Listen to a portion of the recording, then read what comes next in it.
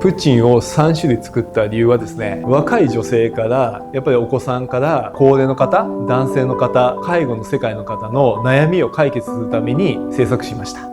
例えば介護の世界ではレーザー脱毛できない高齢者の方が数多くいます。その方の悩みを解決するために抜かない選択としてお悩みを解決するということで商品が生まれました。こっちならいいですね。気持ちいい。パッケージもめちゃくちゃ可愛い。プレゼントでもらったら嬉しいかもしれない。すごいの取れた。これいいんだ。テレビショッピング